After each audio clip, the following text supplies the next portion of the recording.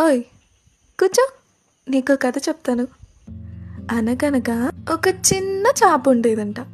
అది వాళ్ళ తాతయ్య చాప దగ్గరికి వెళ్ళి, తాతయ్య తాతయ్య నేను సముద్రాన్ని వెతకాలనుకుంటున్నాను, మీరు నాకు హెల్ప్ చేస్తారా అని అడుగుతుంది. అప్పుడు వాళ్ళ తాతయ్య, అయ్యో బంగారం, మనం ఉన్నది సముద్రంలోనే కదా అని అంటాడు.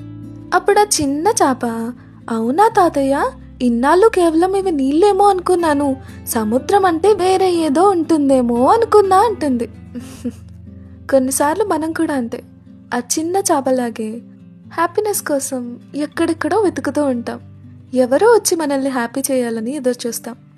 కానీ బుద్ధు అది నీలోనే ఉంది. It's with in you. నీ చుట్టూ కాదు నాన్న, కాస్త నీ దగ్గర ఏముందో కూడా గమనించు. Only you can make your self happy.